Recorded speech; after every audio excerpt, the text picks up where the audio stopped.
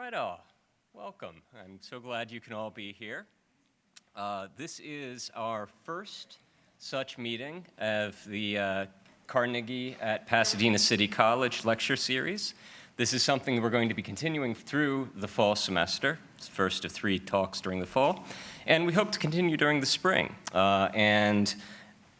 This is part of Pasadena being, I'm not sure if you know this, but Pasadena is officially one of California's City of Astronomy. And we at Pasadena City College wanted to celebrate that by bringing in amazing scientists in our community to give talks to the general public. I want to thank in particular the Pasadena City College Astronomy Club and Dana Geology Club for helping organize and get the word out, hang posters, all of that good logistical stuff. I hope you all enjoy these talks, and if you like the first one, please do tell your friends, your family, anyone you like to come to the subsequent ones. We're going to have, this is the first of 3, as I mentioned. The other 2 talks that we're going to have this season are going to be in mid-October, October 16th, which is a Wednesday. All of these are Wednesdays at 6:30 p.m. And Dr. Rosalie McGurk will be talking about a new tool that she's developed to map galaxies. And then in mid-November, we will be having Dr. Alison Strom, who will be talking about the DNA of galaxies, the chemical makeup of galaxies. These should all be exciting talks, but I've got to say of this series, I am with respect to those speakers, I'm particularly happy that we are kicking it off with Dr. Alex G. And he holds the Hubble Fellowship, which I've got to say is one of the most prestigious fellowships that you can have in astronomy, so that speaks something. But he also is a very good speaker, and I think we'll all enjoy. He's an expert in something we don't often think about. When we think about black holes and the formation of black holes, we think about some of the most violent, cataclysmic events in the universe. But Dr. G is an expert on how those, in fact, are engines of creation that shape the cosmos as it is today. So on that, let us all look forward to this talk. I know I'm looking forward to it. Let's give a warm welcome to Dr. G.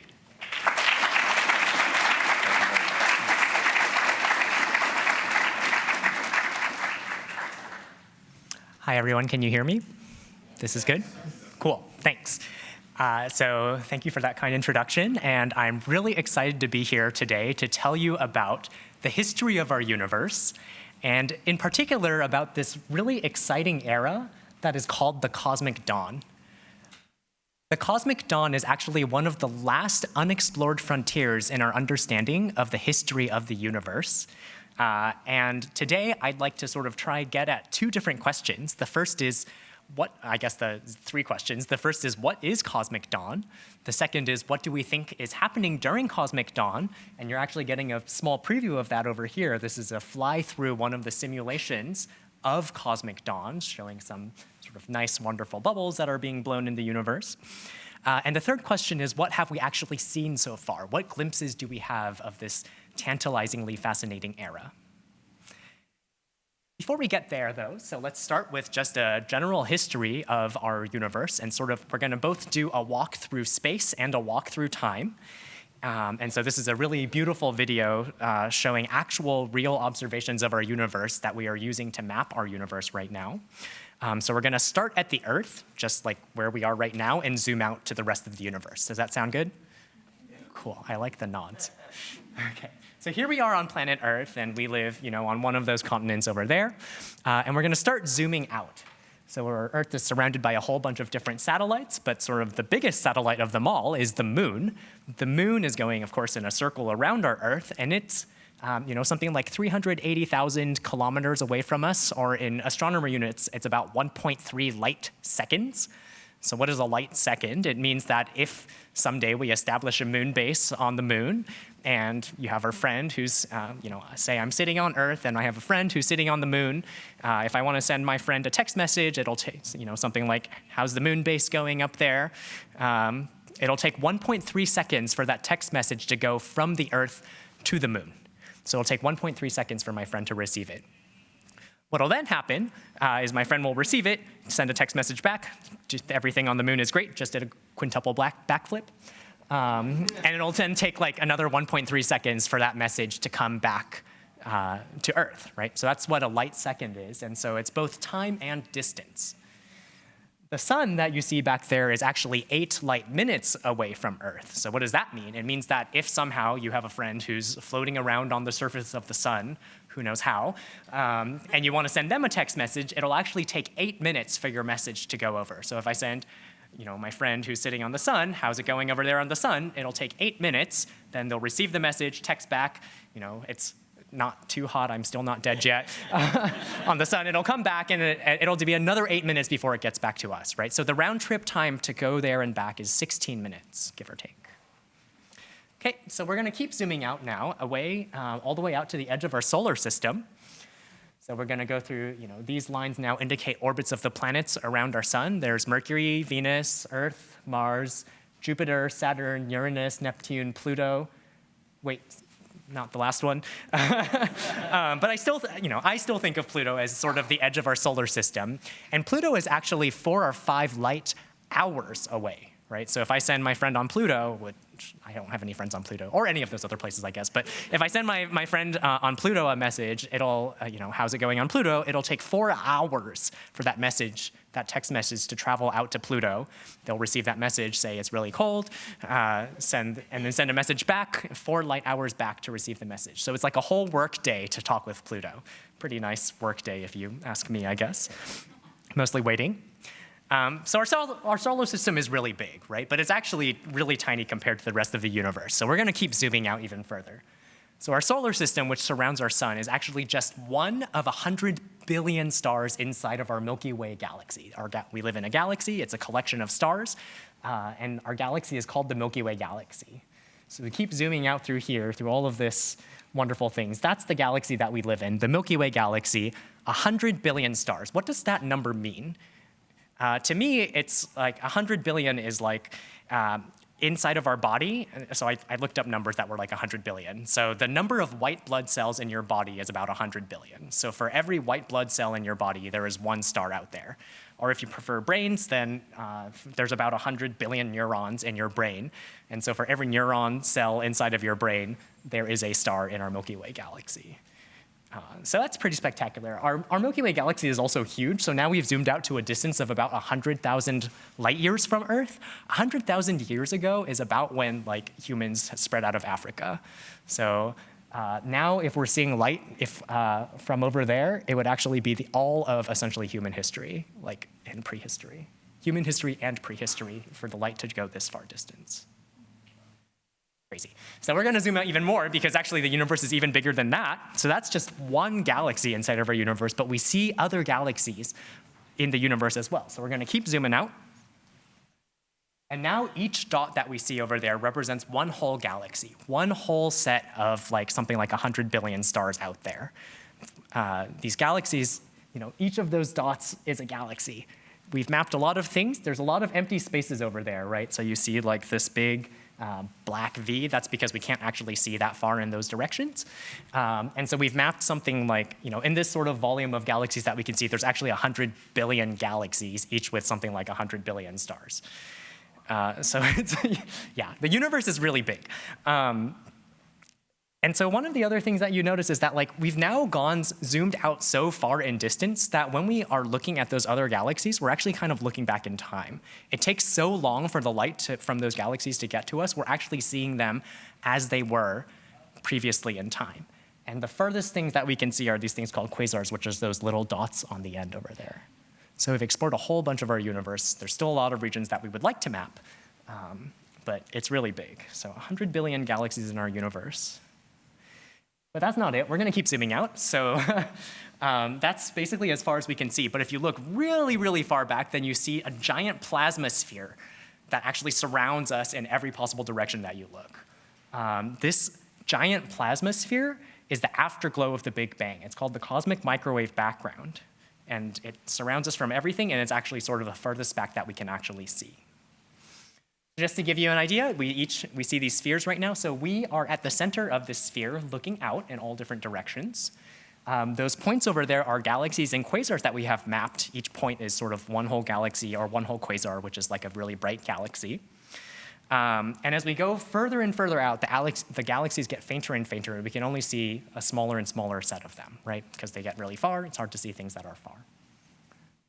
So there's something like 100 billion galaxies in our universe, each with something like 100 billion stars. So what does that mean? So if we said before that each star in a galaxy is like one brain cell inside of you, there's not 100 billion humans on Earth today, right? There's something like 8 or 9 billion. But if you count all of the humans that have ever existed throughout all of history, there's about 100 billion of those. So us being on the sun in the universe is like one neuron in you out of all of the humans who have ever existed on Earth. Yeah, so the universe is really, really big. So the universe is big, but it is finite. We can only see back out to a certain distance, right? And remember, the further out that we look, that's also sort of the further back in time that we see. So I'm going to actually take this map of the universe and sort of recast it as a timeline, where the beginning of the universe is sort of the outside of this sphere, this plasma sphere that is surrounding us. And as we go forward in time, we're going towards and towards the center until we get to today, which is us in the middle over here. Okay? So this is a brief history of our universe, and I've marked sort of a couple of important events that happened. The first is the Big Bang, which is the start of our universe. And after the Big Bang, you actually end up forming the very first stars in the universe. Those stars explode as the first supernovae. They create the first heavy elements. They then coalesce into the first galaxies. You know, something like 9 billion years later, our sun forms. We care about that. And shortly afterwards, the Earth as well. We probably care about that even more. And as this time goes on, we keep creating these stars and galaxies and planets and life. So this is the history of our universe in one snapshot. I'm going to focus today on the cosmic dawn, which is the very beginning of this part in the universe. So this part over here, just the first billion years of the universe, is where we're going to focus on today. Let's zoom in over here, and let's look a little bit at what we think is happening during cosmic dawn. So first we have the Big Bang, and then we have this afterglow, which is this giant plasma sphere. And then after that, the universe is actually dark for some time. There's actually no stars in the entire universe. There's no stars at the beginning of the universe. You have to make them. And so that period in between the start of the universe and when the first stars begin is called the Dark Ages. And we call it the Dark Ages because there's literally no light that's being produced by stars. There's just sort of this faint afterglow.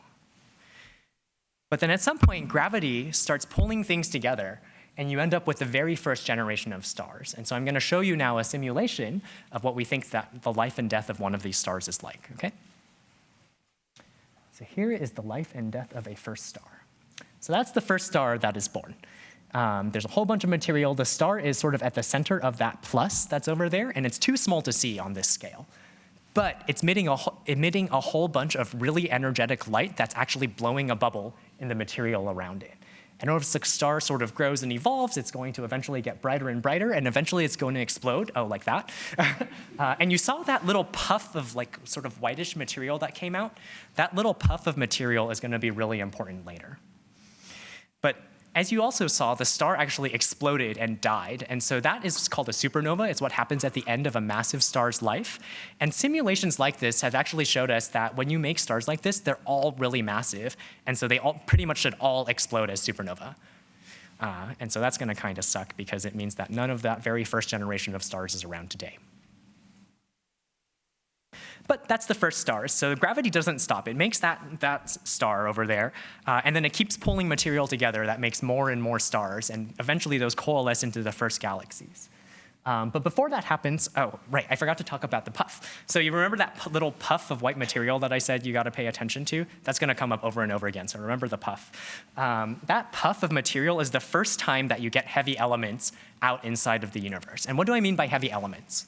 Well, at the beginning of the universe, you actually only create things that are like hydrogen and helium, these very light gases.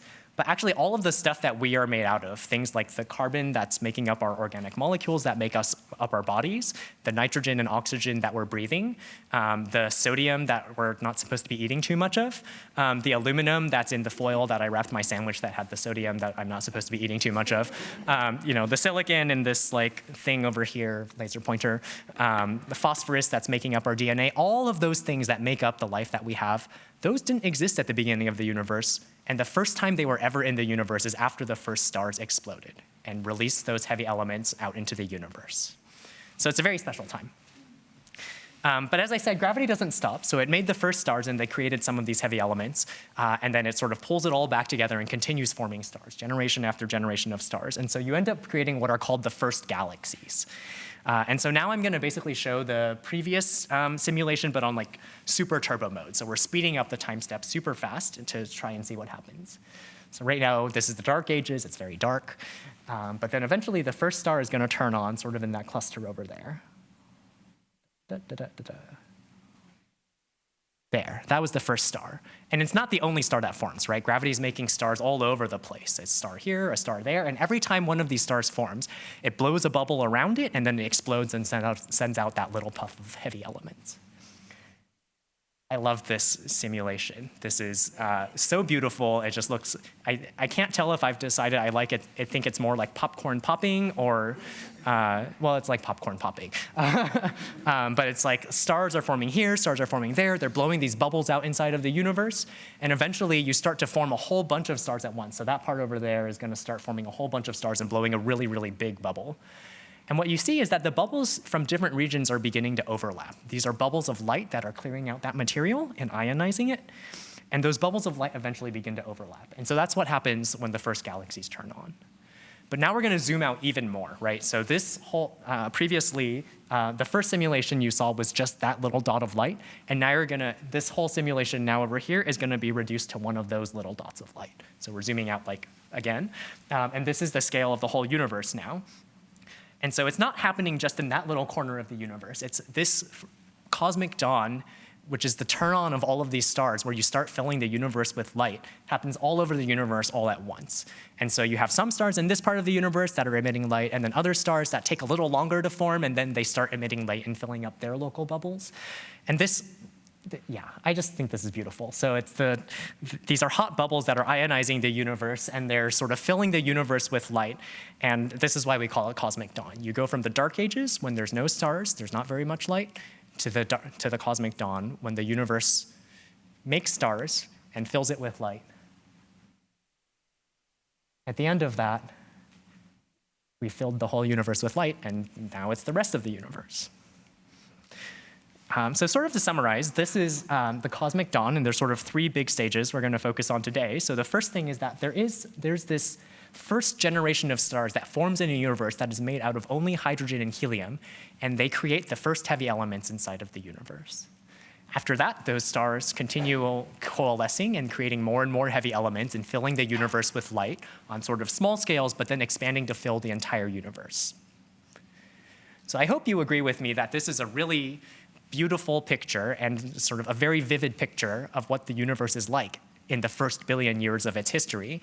And so now we have to ask ourselves the question, what of this have we actually seen, though? That was all simulations run on computers using physics that we think we know to see what the universe is like, but what have we actually seen? And it's a bit of a sadder picture because it's this.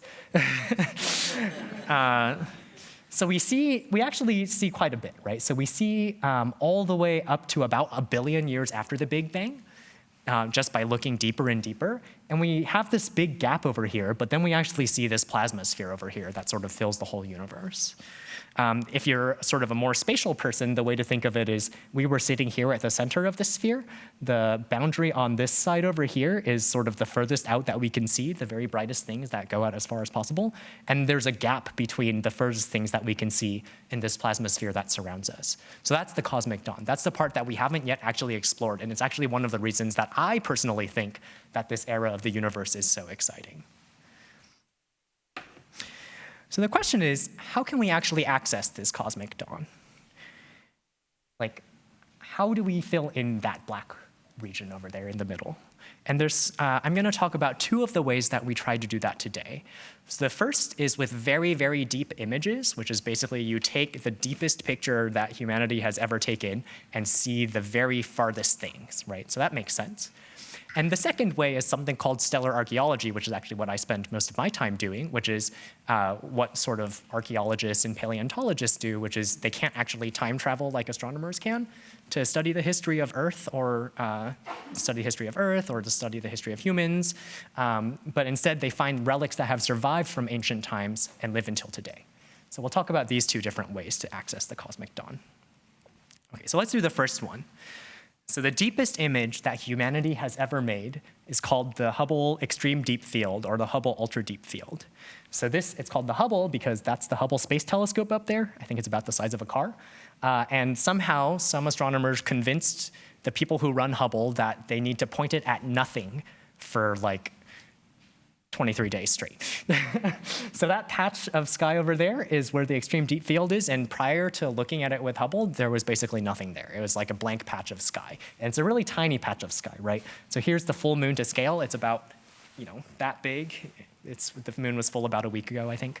And so it's this tiny little patch of sky. But if you take the Hubble Space Telescope and stare at it for 23 days, not all at once, but sort of integrated over 10 years, then what you get from that little patch of sky is this.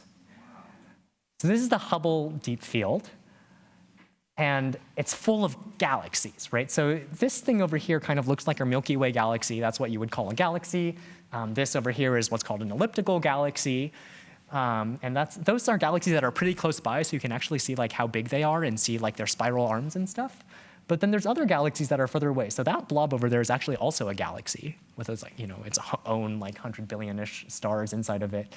And that dot over there is also a galaxy with its own, maybe 100 billion-ish, maybe less, maybe more stars inside of it. And that dot over there is also a galaxy with its own whole history. And that dot over there is also a galaxy. You get the point, right? Every dot in this image is a galaxy. In all told, there's something like 5,500 galaxies just in that little patch of sky. So the universe is really big. And just think about it, right? So I said like our sun is like one neuron inside of one human, and one human is like one galaxy. It's like each of those galaxies has their own history, which you'll hear about if you come back, I guess, 2 lectures from now. But yeah, this just is fascinating. So one of the reasons to make an image like this is because we can try and find things that are really bright from cosmic dawn. So this is the deepest image ever. We should see some things from cosmic dawn. Does anyone want to hazard a guess about which of these dots is from cosmic dawn? Shout it out. Yeah. The one that you can't see. That's a good guess. Yeah. Like that one over there? So I think that one is actually a star. It's like the one star in the whole image. Yeah. Well, okay, I shouldn't say that because all of the galaxies are made of stars, but they're made of stars so far away that they just go into one blob. That's a good guess, though.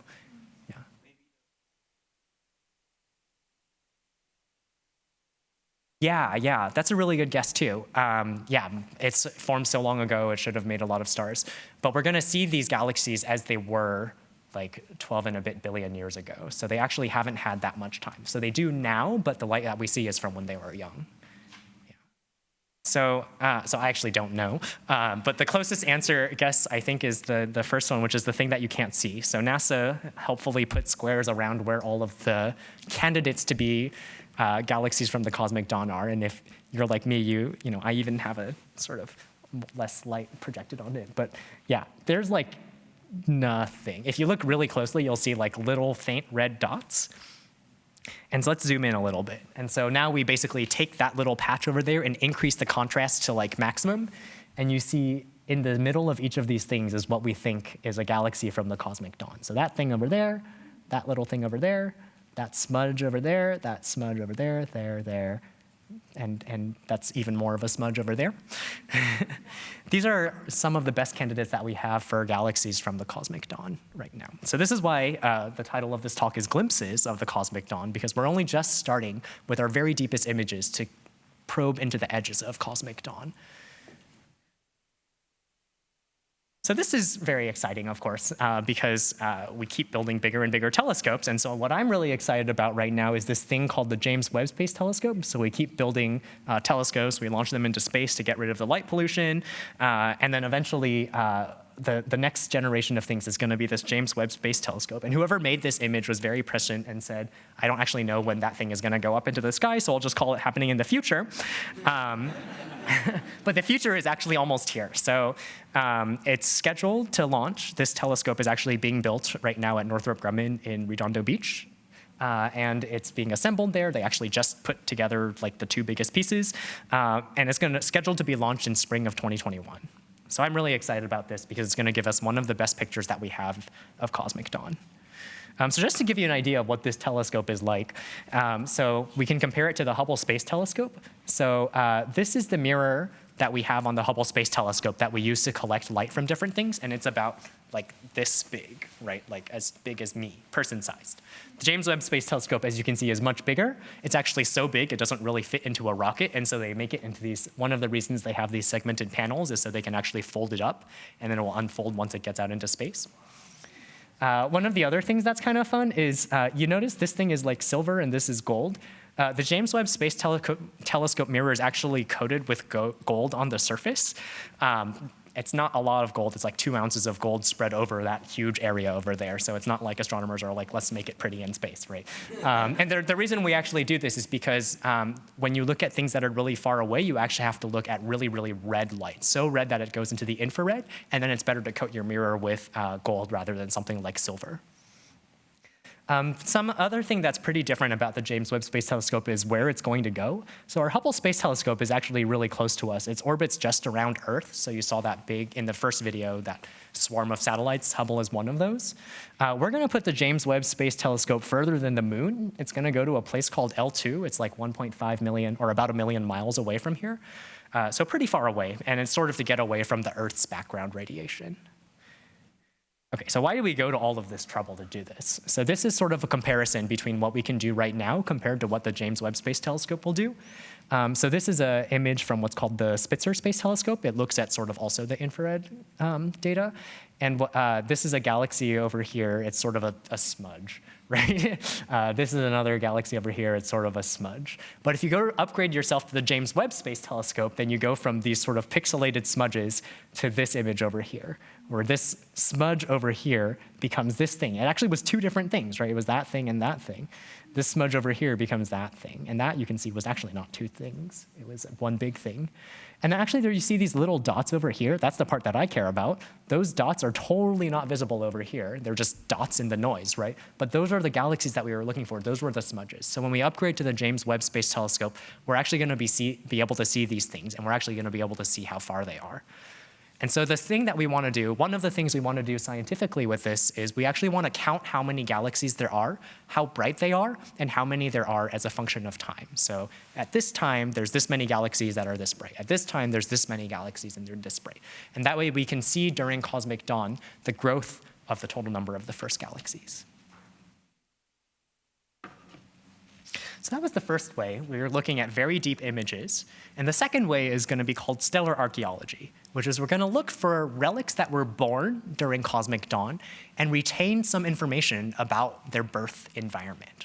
And that way, by studying those things, we can learn about the very early universe.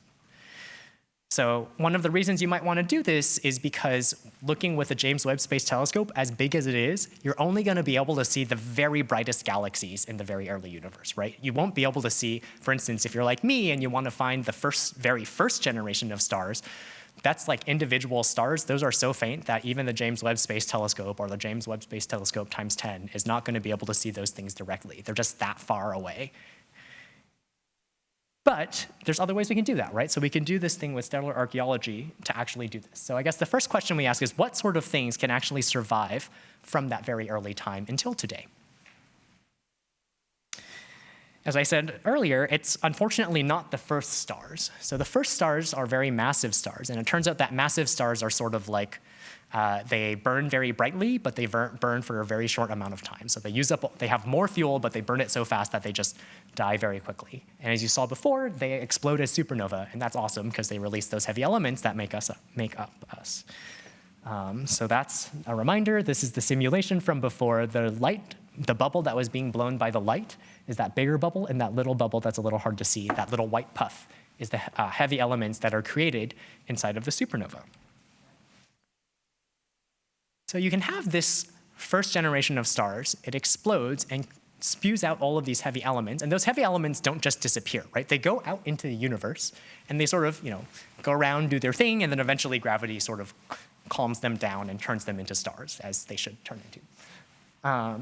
And so that's sort of this cartoon process over here. So you have this star, it sort of gets big and explodes, and then the heavy elements that were in that little white puff go out into this second generation of stars. And it turns out in that second generation of stars, we think that you can make both small stars and large stars. Okay?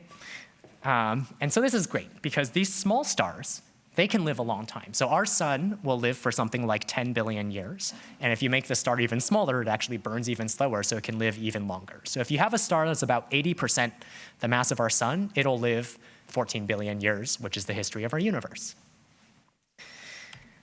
It doesn't stop there, right? We have these small stars, and if we could find those, that would be great.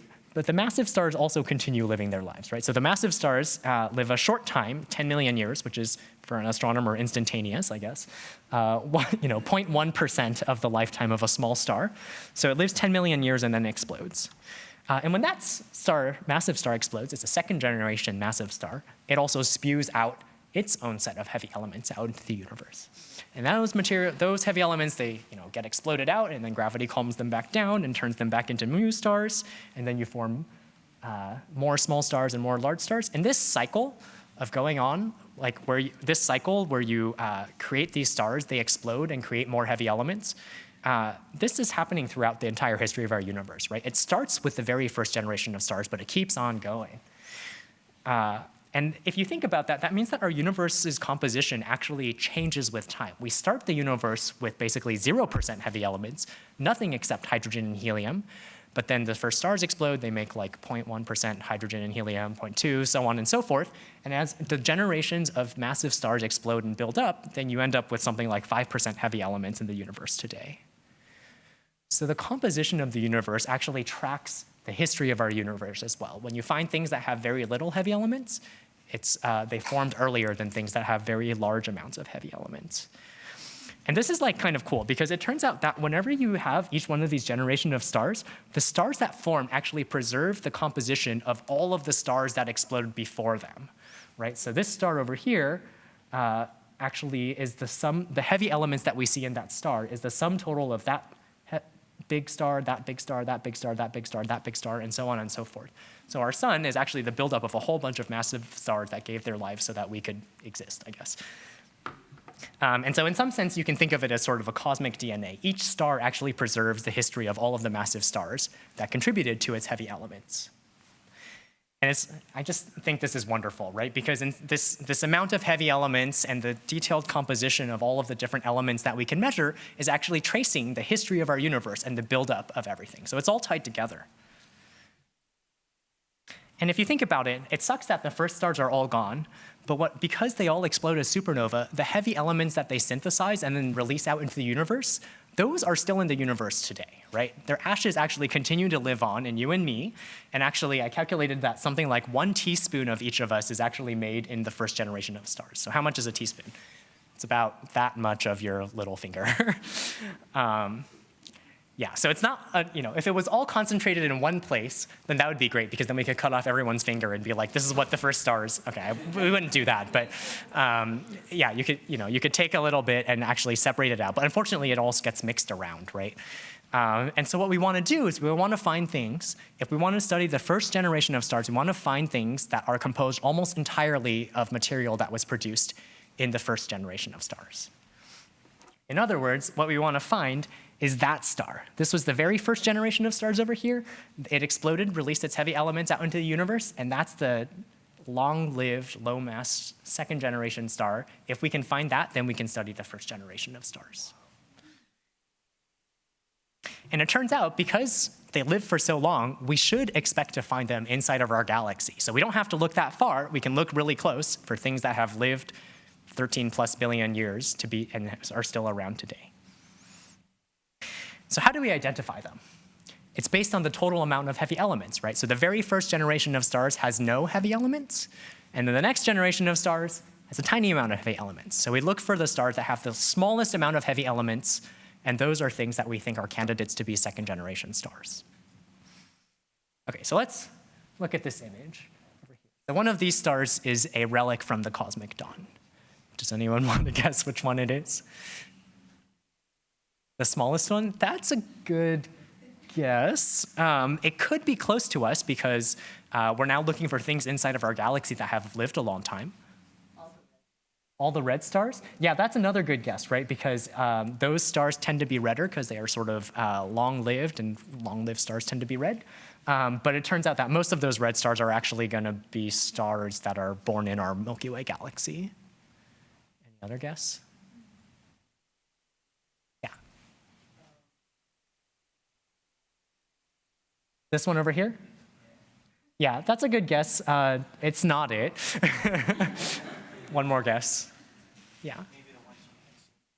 The ones you can't see? That's also another guess, but actually it's because they're in our galaxy and just long-lived, you could see it. That's a good guess, though. And okay, last one.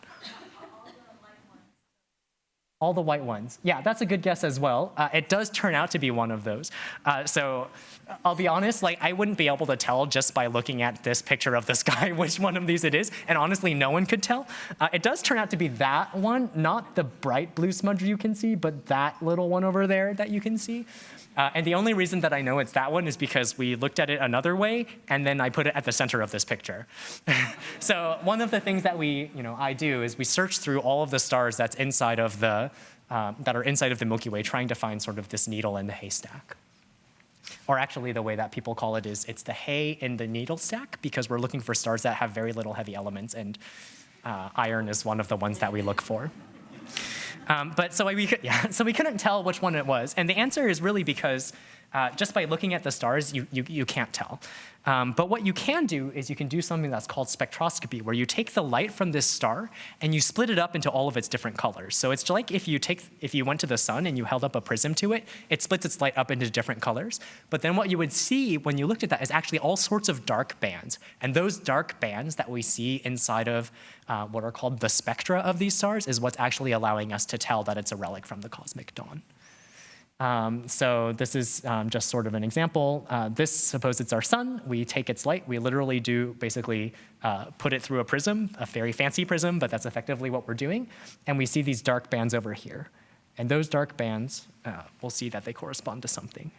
So of course, we are not actually going around in the night sky holding up prisms to things because they don't collect enough light. We use these big telescopes over here. So this is the one that I use. It's my favorite one. It's called the Clay telescope. It's one of the two Magellan telescopes, and the mirror that it has is 6.5 meters in diameter. So how big is 6.5 meters? So I estimated earlier is about this big if you saw me walking. One step is 1, 2, 3, 5, 6, and then a little bit. There to here, imagine a circle that big. That's the mirror that we're using. Yeah, so that's why you only build these things in places with really good weather. It turns out Chile has one of the best weather sites in the world. Another good place is actually Los Angeles, except for all of the people who live here and have light pollution. So that's what we use. Cool. So how do you actually tell how much heavy elements are inside one of these stars? So you take the light from this star, you split it up with this big telescope into all of its different colors, and you look at the dark bands. Instead of looking with our eyes at how dark it is, we actually count how many light comes in at each of the different colors split up very finely as a function of wavelength or color or frequency. So if you looked at something like our sun, you would actually see lots and lots and lots of dark bands. So basically the idea here is if things were at that dotted line, that's like no dark bands, and whenever they dip below that dotted line, that means that there is dark bands. And the presence of those dark bands actually indicates the presence of atoms in the surface of the star that are absorbing light at that very specific color, at that very specific wavelength or frequency. And so, for instance, iron absorbs at a lot of different places. So iron absorbs over here, it absorbs over here, it absorbs over here. Nickel, it turns out, absorbs over here. Every element actually has its own fingerprint. So by looking at this, which we measure on Earth, right, we take iron, vaporize it, and look to see where it absorbs. So you do the same thing, and then you do the with a star, except the star vaporizes it for you. And then you look to see for the presence of these dark bands, which are indicated by these dips over here. So what we found by going out into the Milky Way galaxy and looking for stars like this is if you want a star with very, very little heavy elements, you want a star with like no dark bands, right? You want a star that's basically just flat. There's no absorption from anything at all, except for a little very tiny bit, right? So we have found a couple of these stars. So this star, it has a really crappy name, CD -38 245. Yeah, all stars have names, but they are sad names usually. But this star, so our sun, for every hydrogen atom inside of our sun, there's something, for every iron atom in our sun, there's something like 31,000 hydrogen atoms also corresponding to it, right? So that's a very low amount of iron, but actually it's very high compared to this star over here. For every iron atom inside of this star, there are 310 million hydrogen atoms. So it's about the same mass as our sun, so that actually turns out that it's just like a ridiculously tiny amount of iron inside of this star. And so that iron still absorbs, right? You can see it makes that little dip over here, that little dip over here, and that dip over here. And there's some nickel as well inside of that star. But this star over here, there's actually so little nickel, or we can't detect anything over here, and it's so little iron that this line over here goes away, and you can only see the absorption from these things over here. That star has, for every iron atom, there are 6.8 billion hydrogen atoms. Yeah. So these stars have so small amounts of iron that we think that they are very likely second-generation stars. So I just want to highlight one of the things that we did recently, I guess a year ago now. So this star over here that I showed you earlier that I said was a relic from the cosmic dawn, this is a star that has no detected iron. Like we sat on it as long as we could and saw no iron after spending 24 hours looking at it, basically. 24 hours spread over like 3 months, and we still saw no iron. So there's less than one, we saw no iron, so we actually don't know how much iron there is, but there's less than one iron atom per 20 billion pieces of, or atoms of hydrogen inside of it. So there's absolutely no iron inside of this guy. Basically none. And this star has so little iron that it actually has less iron than the Earth's core. And our Earth is a lot smaller than our sun, so it's kind of crazy. And this is kind of a fun thing. So like last summer was when people discovered this star, and a lot of people started chasing after it. So we call it collaboration. So we have collaborators around the world who we go after searching for these stars. But sometimes you find stars that are so exciting like this that you then compete to try to be the first person to study the star. So there was a Spanish team that went after this, a French team that went after this, and then the US team, which is, yay, Team USA, go us. We got second, first and a half.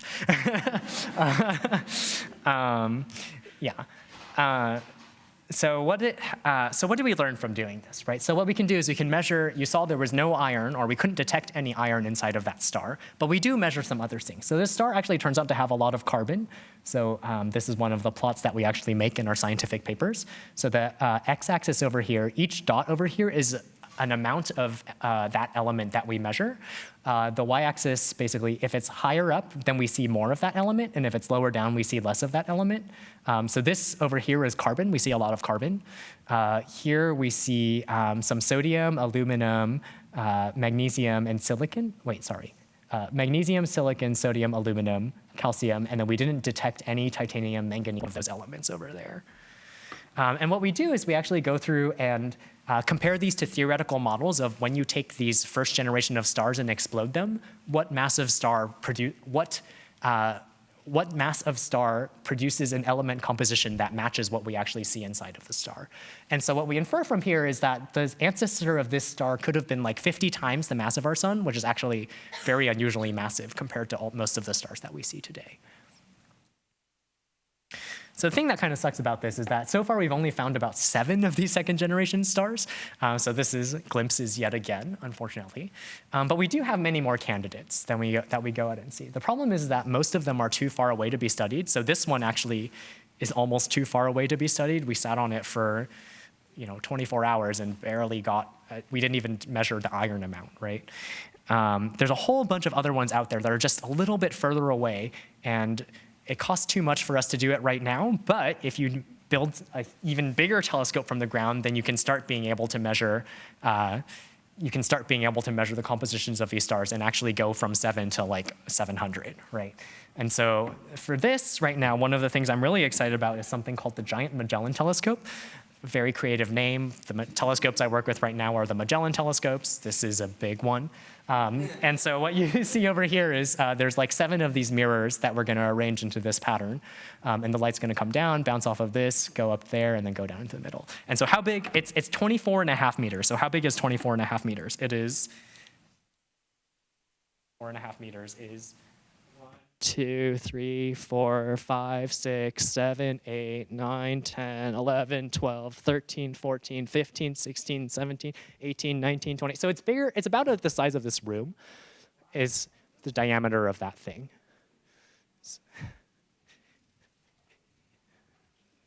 I'm not counting anymore, sorry. So that's going to give us enough power to actually look at some of these second-generation stars that are floating out just a little bit further away. So that's actually what I have for you today. So I just wanted to recap and remind you what we talked about. The first thing we looked at was what is cosmic dawn. It's the time period of the first billion of years of the universe where we have a big gap in our ability to understand it right now because we just can't really see that far. But we do have this very vivid picture where the first stars turn on, they create the first heavy elements and fill the universe with light, and that's why we call it cosmic dawn. But it's unexplored territory, and so we asked how we could access it, and there's sort of 2 ways, right? The first was we build telescopes that can see further and further back. And so we talked about using how we're doing that right now with the Hubble Space Telescope and how we're planning to do it very soon with the James Webb Space Telescope. And then again, with stellar archaeology, which is we're looking for things that were born in the very early universe but did survive until today, like digging up dinosaur bones or something. And so we're studying these right now with the Magellan telescopes, and we hope to in the future with the Giant Magellan Telescope. So thank you very much.